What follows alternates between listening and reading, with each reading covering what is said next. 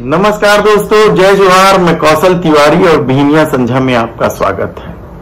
लोकसभा चुनाव को लेकर कई चर्चाओं के दौर के बीच सबसे बड़ी चर्चा तो यह है कि यदि भारतीय जनता पार्टी को अपने दम पर बहुमत नहीं मिला तो क्या एनडीए के सदस्य यानी भाजपा के सदस्य उन्हें छोड़ देंगे और इंडिया गठबंधन के साथ जा मिलेंगे। इस चर्चा में सबसे बड़ा जो नाम है वह नीतीश कुमार का है और कहा जा रहा है कि बिहार के चुनाव में नीतीश कुमार के आगे पूरी मोदी सत्ता नतमस्तक है, पूरी भारतीय जनता पार्टी नतमस्तक है। नीतीश कुमार अपने हिसाब से चल रहे हैं और अपने पीछे भारतीय जनता पार्टी को चला रहे हैं। इससे पहले बिहार में लोकसभा चुनाव में जब भारतीय जनता पार्टी अकेले लड़ी थी तो वह 31 सीट जीती थी, लेकिन इस बार वह नीतीश कुमार के साथ समझौता करके 17 सीट पर चुनाव लड़ रही है और कहा जा रहा है कि इन 17 सीटों में से 9 सीटें ऐसी हैं जो बुरी तरीके से फंसी हुई।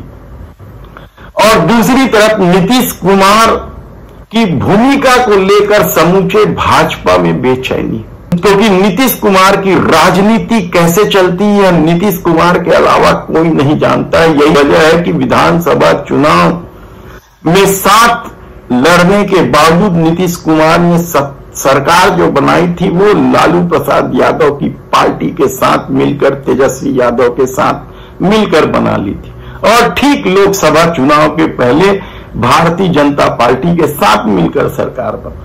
यानी नीतीश कुमार कब क्या खेल खेलेंगे इसकी जानकारी किसी को नहीं होती है। तब ऐसी परिस्थिति में क्या नीतीश कुमार भारतीय जनता पार्टी को बहुमत नहीं मिलने की स्थिति में एनडीए से नाता तोड़ देंगे?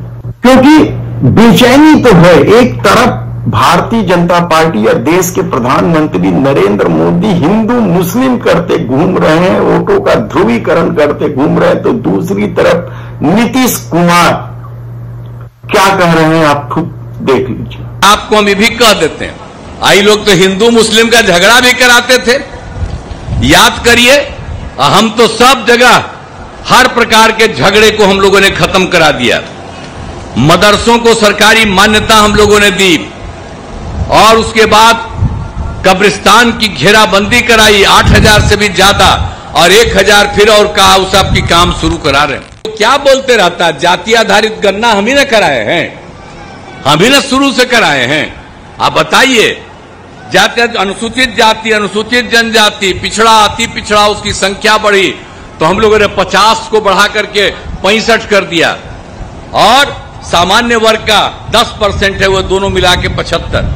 और हम खाली वही नहीं किए, सबकी आर्थिक स्थिति का अध्ययन किया, चाहे वो ऊंची जाति के हों, पिछड़े हों, अति पिछड़े हों, दलित हो, महादलित हो, हिंदू हो, मुस्लिम हो, सबका अध्ययन कराया। तो आपको मालूम है 94 लाख परिवार निकला जिसकी आर्थिक स्थिति बहुत खराब है। और नीतीश कुमार के इस बयान के बाद भी यदि भारतीय जनता पार्टी के नेताओं की प्रतिक्रिया नहीं आ रही है तो यकीन मानिए कि वे नीतीश कुमार के आगे किस कदर अपने को बौना समझ रहे हैं। कई तरह के सवाल हैं। नीतीश कुमार को लेकर तेजस्वी यादव ने भी तो कहा है कि इंतजार कीजिए 4 जून के परिणाम का। अच्छा जी, पलट गए। अब पलट गए कि भाजपा वाला हाईजैक कर लिया। वो तो बुजुर्ग हैं भाई, हमारा तो पूरा सम्मान है अपने चाचा के प्रति। बुजुर्ग है, अभिभावक है, यही कामना है कि जहां भी रहे सुखी रहे, स्वस्थ रहे। लेकिन चाचा ने कहा था जो 14 में आए हैं वो 24 में जाएंगे। मुझे पूरा विश्वास है, भले ही चाचा जी का शरीर वहां है लेकिन मनवा यही जाए। चाचा जो है पिछड़ों की राजनीति और पार्टी बचाने के लिए कोई भी बड़ा फैसला 4 जून के बाद ले सकते हैं। तब ऐसी परिस्थिति में क्या नीतीश कुमार के अलावा उत्तर प्रदेश और बिहार से ही कुछ लोग जो जुड़े हैं, एनडीए के सदस्य बने हैं, वे भी एनडीए से नाता तोड़ देंगे। हालांकि हमने कल ही बताया कि यदि 200 सीट भी हुई तो बड़ा खेल हो सकता है। देश के प्रधानमंत्री नरेंद्र मोदी सरकार बनाने सामने आ सकते हैं और खेल खेल सकते हैं।